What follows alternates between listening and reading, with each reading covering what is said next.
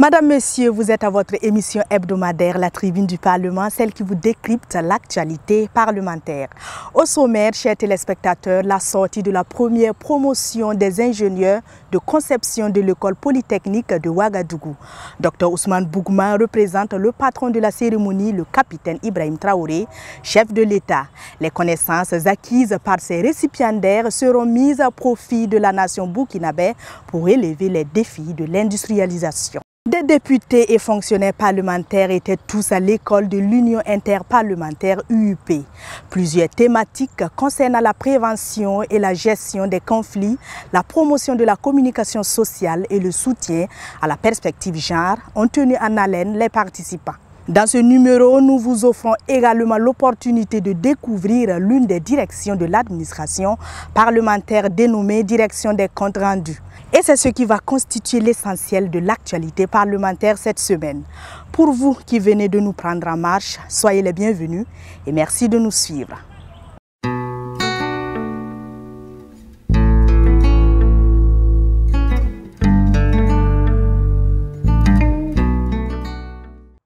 Entrée en octobre 2020, la première promotion des ingénieurs de conception de l'école polytechnique de Ouagadougou a effectué sa sortie officielle. Cette première cuvée compte 29 récipiendaires repartis dans 5 domaines que sont le génie mécanique, le génie informatique, le génie industriel, le génie télécommunication et le génie textile. Pour le président de l'Assemblée législative de transition, Dr Ousmane Bougma, représentant du patron de la cérémonie, le capitaine Ibrahim Traoré, chef de l'État, la sortie de cette promotion intervient dans un contexte de relance économique et le gouvernement fonde beaucoup d'espoir sur elle pour la mise en œuvre du développement endogène.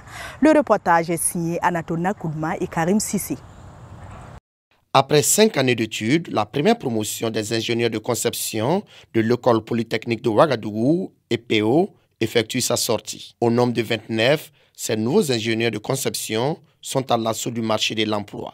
Baptisé Faso Djigui, qui signifie en langue djoula l'espoir de la nation, cette promotion s'engage à travailler d'arrache-pied pour relever les défis de l'industrialisation au Burkina Faso. Nous pouvons être dans les projets industriels, la gestion des entreprises industrielles, mais aussi toucher tout ce qui entre dans le secteur de l'industrie, afin d'améliorer les process, créer de nouvelles choses et vraiment aller dans tout ce qui va contribuer au développement de notre pays. Cette sortie de promotion est placée sous le patronage du capitaine Ibrahim Traoré, chef de l'État, ici représenté par Dr Ousmane Bougma, président de l'Assemblée législative de transition. Pour lui, l'une des préoccupations majeures du président du Faso est de bâtir un développement endogène, une vision dont la mise en œuvre nécessite la disponibilité des ressources humaines locales qualifiées, d'où toute l'importance de cette sortie de promotion. L'école polytechnique de Ouagadougou nous fournit par cette sortie de promotion des ingénieurs des personnes qualifiées dans différents domaines qui vont aider le Burkina Faso dans son combat pour l'industrialisation, laquelle industrialisation nous permet effectivement un développement endogène qui est une préoccupation majeure de son Excellence le capitaine Ibrahim Traoré, président du Faso, qui ne cesse de rappeler que nous devons compter sur nous-mêmes. Le développement endogène, c'est avant tout produire au Burkina Faso, transformer au Burkina Faso pour les Burkinabés. En marge de cette activité, le représentant du patron de la cérémonie, Dr Ousmane Bougma, président de l'Assemblée législative de transition, a procédé à l'inauguration d'un laboratoire de fabrication numérique de l'EPO. Un laboratoire qui offre la possibilité aux apprenants de mettre en œuvre leurs innovations à l'aide d'outils de fabrication numérique. Comme annoncé, des députés et des fonctionnaires parlementaires ont bénéficié d'une formation de 72 heures initiée par l'Assemblée législative de transition en collaboration avec l'Union interparlementaire UUP. La dite formation a porté sur le thème principal suivi de la conférence régionale de l'Union interparlementaire sur le rôle des parlements dans la prévention et la gestion de conflits en Afrique de l'Ouest. L'objectif était de permettre aux parlementaires d'acquérir les connaissances nécessaires pour mener à bien la prévention et la gestion des conflits. Plusieurs sous-modules ont été passés en revue par des experts rompus à la tâche. Retour sur les thématiques abordées lors de ce séminaire avec Idrissa Warga et Karim Sissé. Le séminaire de suivi de la communication régionale de l'Union interparlementaire sur le rôle des parlementaires dans la prévention et la gestion des conflits en Afrique de l'Ouest, tenu en fin août 2024 à Ouagadougou, a abordé plusieurs problématiques. Des experts de renom venus du Burkina Faso et d'ailleurs ont communiqué sur des thématiques variées mais en lien avec la prévention et la gestion des conflits en Afrique de l'Ouest. Et parmi les thématiques développées, on peut citer entre autres le mécanisme de mise en œuvre d'une communication sociale réussie, l'implication plus accrue des femmes dans le processus de prise de décision dans la promotion des droits et l'autonomisation des femmes dans la société. Au niveau des thématiques, il y a donc les réformes institutionnelles. Comment faire en sorte que les réformes satisfassent, répondent aux aspirations du peuple burkinabé? Comment faire en sorte que le peuple burkinabé communique mieux? Comment les autorités de la transition communiquent avec les populations? Plus il y a la communication, plus on s'entend bien et plus on vit mieux ensemble. Les sous-thèmes abordés durant ce séminaire de Ouagadougou ont pour objectif de renforcer les capacités des parlementaires en vue de promouvoir la paix et la stabilité, gage d'un environnement sécurisé, favorable aux investissements pour un développement social et économique durable. De quoi réjouir les participants. Au-delà donc de nos fonctions régaliennes qui sont connues, la fonction législative, la fonction de représentation et la fonction de contrôle, au moins de savoir que nous avons une fonction supplémentaire qui est la fonction donc de médiation. Ce qui m'a semblé très pertinent encore, c'est la façon dont on a abordé l'aspect genre. Et comme l'orateur a dit, et à travers ses dessins, c'est-à-dire que c'est de donner à toutes les composantes de la société, notamment les défavorisés, à atteindre et à participer au développement de la société, parce que nul n'a le monopole du savoir et nul n'a le monopole du pouvoir. Les premiers responsables de l'ALT ont salué la tenue d'une telle formation. Ils ont réaffirmé leur engagement à mettre en œuvre les connaissances acquises de ce séminaire, un apport qui pourrait contribuer à recoudre le tissu social burkinabé.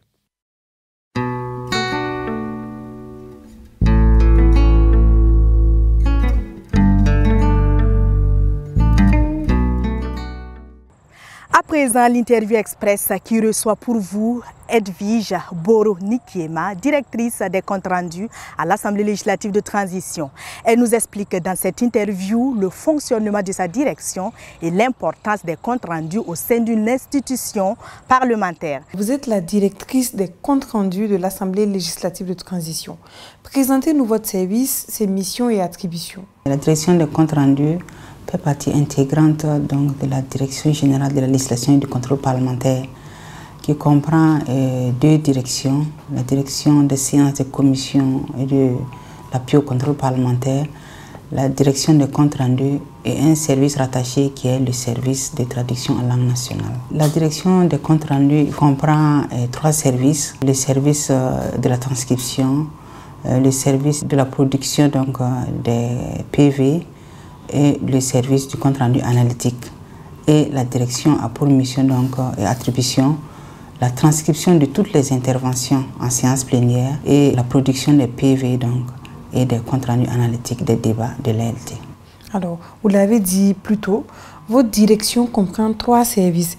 Quel rôle jouent ces trois services dans le travail parlementaire? Le procès verbal et le compte rendu analytique sont des documents essentiels. Ils revêtent quatre rôles importants. D'abord, le premier rôle, c'est que ce sont des documents qui sont adoptés en séance plénière, qui est l'instance suprême dans un parlement. Deuxième rôle, c'est que ces deux documents font foi jusqu'à inscription de faux. En droit, on dit que ce sont des documents qui ont un caractère sacré, parce qu'ils constituent la mémoire même du travail parlementaire. Troisième rôle, il faut dire que le Conseil constitutionnel se fonde sur ces deux documents pour déclarer la conformité des textes-là par rapport à la Constitution. Et quatrième rôle, ces deux documents sont prisés donc par les chercheurs, les étudiants, les analystes pour des études approfondies. Et comment se déroule le processus de rédaction des comptes rendus? Par l'entremise du service de la transcription, les agents prennent au moyen du support technologique les interventions en séance plénière, c'est-à-dire la prise par voie de sténotype et l'enregistrement audio avec les dictaphones. Et après ces prises, le service de la transcription assure la saisie de toutes les interventions. Et ce service toujours va assurer la mise en forme. Après, ces documents sont transmis au deuxième service, le service de la production des PV, qui va assurer une relecture et une révision du PV. Et ce service également va assurer la mise en forme en français courant de toutes les interventions. Et ensuite, le document maintenant est transmis maintenant à mon niveau pour une lecture en dernier ressort.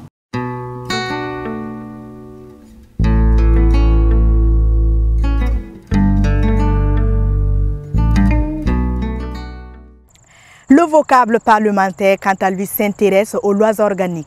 Qu'est-ce qu'une loi organique? Comment s'organisent et fonctionnent ces lois?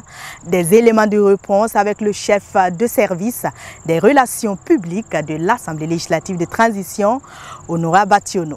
Une loi organique est une loi prévue par la Constitution et qui a pour objet de préciser l'organisation et le fonctionnement des pouvoirs publics. Le premier principe est que la loi organique n'intervient que dans un domaine pour le objet limitativement énuméré par la Constitution. Le second principe est que les lois organiques sont obligatoirement soumises au Conseil constitutionnel avant leur promulgation par le chef de l'État. Vu leur nombre très limité, on pourrait citer les institutions qui sont régies par des lois organiques. Il s'agit 1. du Conseil constitutionnel, 2. du Conseil supérieur de la communication, 3. de l'autorité supérieure du contrôle de l'État et de lutte contre la corruption. Dès leur mention dans la Constitution, des dispositions ont prévu que des lois organiques seraient adoptées pour fixer leurs attributions, leur composition, leur organisation et leur fonctionnement. Avant leur suppression, le Conseil économique et social, ainsi que le médiateur du FASO, ces deux institutions étaient régies par des lois organiques, elles aussi. En conclusion, nous pouvons dire que les lois organiques sont des lois prises dans des domaines limitativement énumérés par la Constitution pour en déterminer certaines modalités d'application. Merci pour votre aimable attention. Restez informés de toute l'actualité parlementaire en vous connectant à nos plateformes web et digitales, Assemblée législative de transition ou en captant tout simplement la 89.7 FM, la voix du Parlement radio. À très bientôt.